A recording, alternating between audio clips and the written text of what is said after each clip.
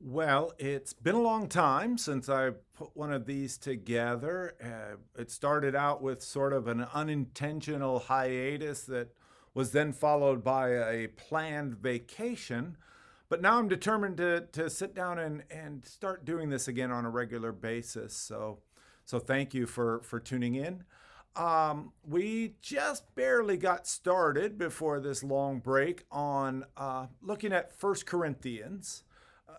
I think I'd only done one video, and you can find that on our website. And it just deals with some of the introductory language and a little bit about First Corinthians. So we'll pick it up today, still in the first chapter, beginning with the 10th verse. It's a passage that really speaks to factionalism and so is uh, revealing of some of the things that we're dealing with in our culture today. And so, beginning reading once again from chapter 1, verse 10. Now, I encourage you, brothers and sisters, in the name of our Lord Jesus Christ, agree with each other and don't be divided into rival groups. Instead, be restored with the same mind and the same purpose. My brothers and sisters, Chloe's people gave me some information about you, that you're fighting with each other. What I mean is this, that each one of you says, I belong to Paul, I belong to Apollos, I belong to Cephas, I belong to Christ. Has Christ been divided? Was Paul crucified for you, or were you baptized in Paul's name? Thank God I didn't baptize any of you except Crispus and Gaius, so that nobody can say that you were baptized in my name. Oh, I have baptized the house of Stephanas too. Otherwise, I don't know if I baptized anyone else. Christ didn't send me to baptize, but to preach the good news. And Christ didn't send me to preach the good news with clever words so that Christ's cross won't be emptied of its meaning.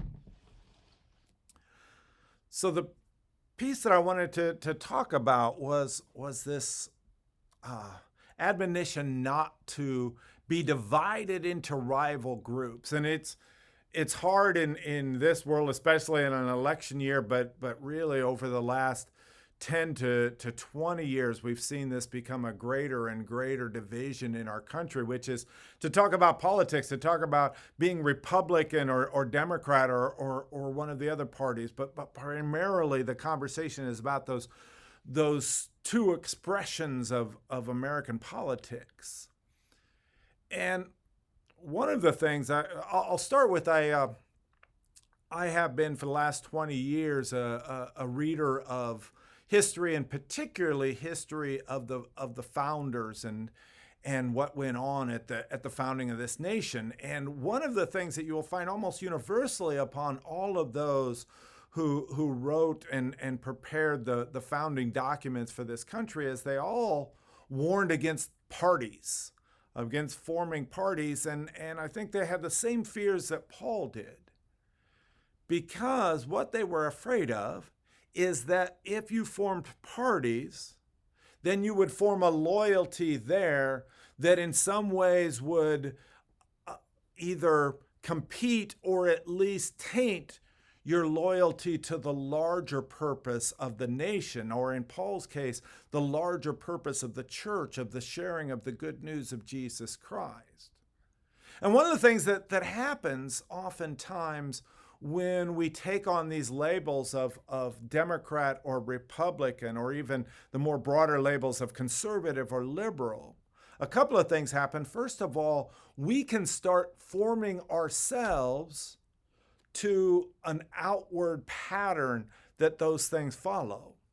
You know, one of the things I've heard just in common language over the past few years in the political discussion is a shorthand, an acronym for RHINO, which is short for Republican Name Only. And it's a way of criticizing people for not conforming to the image of what the party wants to claim for itself. And so instead of being about what's best for the country, it starts first with what's best for the party. Now, it's justified by saying, well, if our party's in control, that's going to be best for the country. But that's not always going to be true. And the other thing that happens in the whole thing of grabbing on to these party labels, these party names, is then there's an assumption about who you are.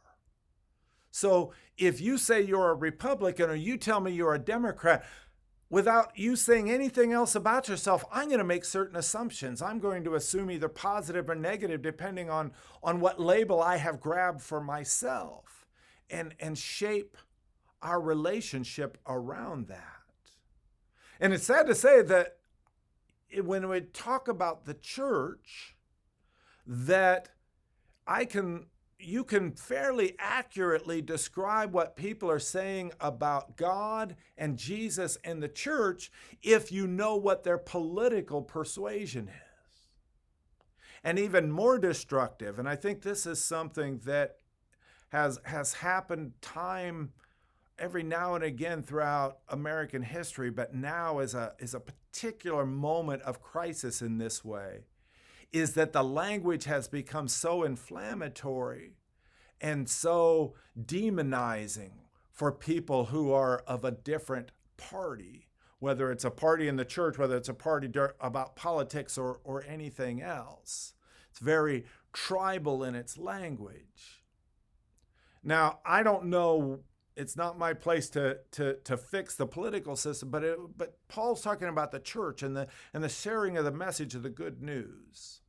And there are a couple of things that I believe that we have to do, that we have to shape our minds around. First of all, our assumption of all of our brothers and sisters in the church should be that it is their intent to work for God, that they are faithful people trying to work for the good of the church.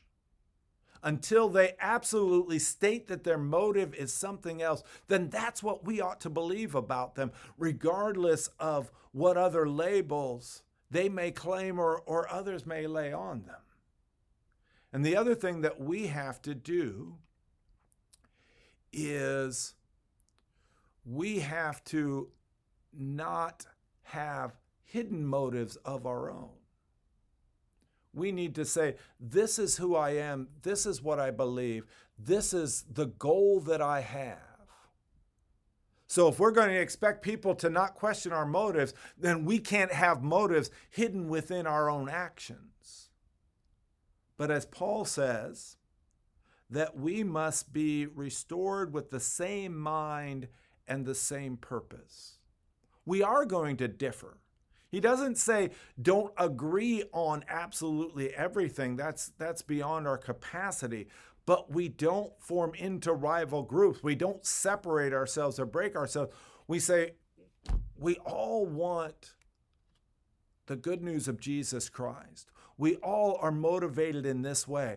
Everything that we do in the church ought to be with that intent in mind. And we're all traveling this road together. And so we're not going to assume that somebody else is this. Somebody else is motivated by a secret agenda. And we certainly, if we're going to do that, can't be motivated by some hidden agenda that lifts us up, that does something other than sharing the good news of Jesus Christ. Thanks for listening.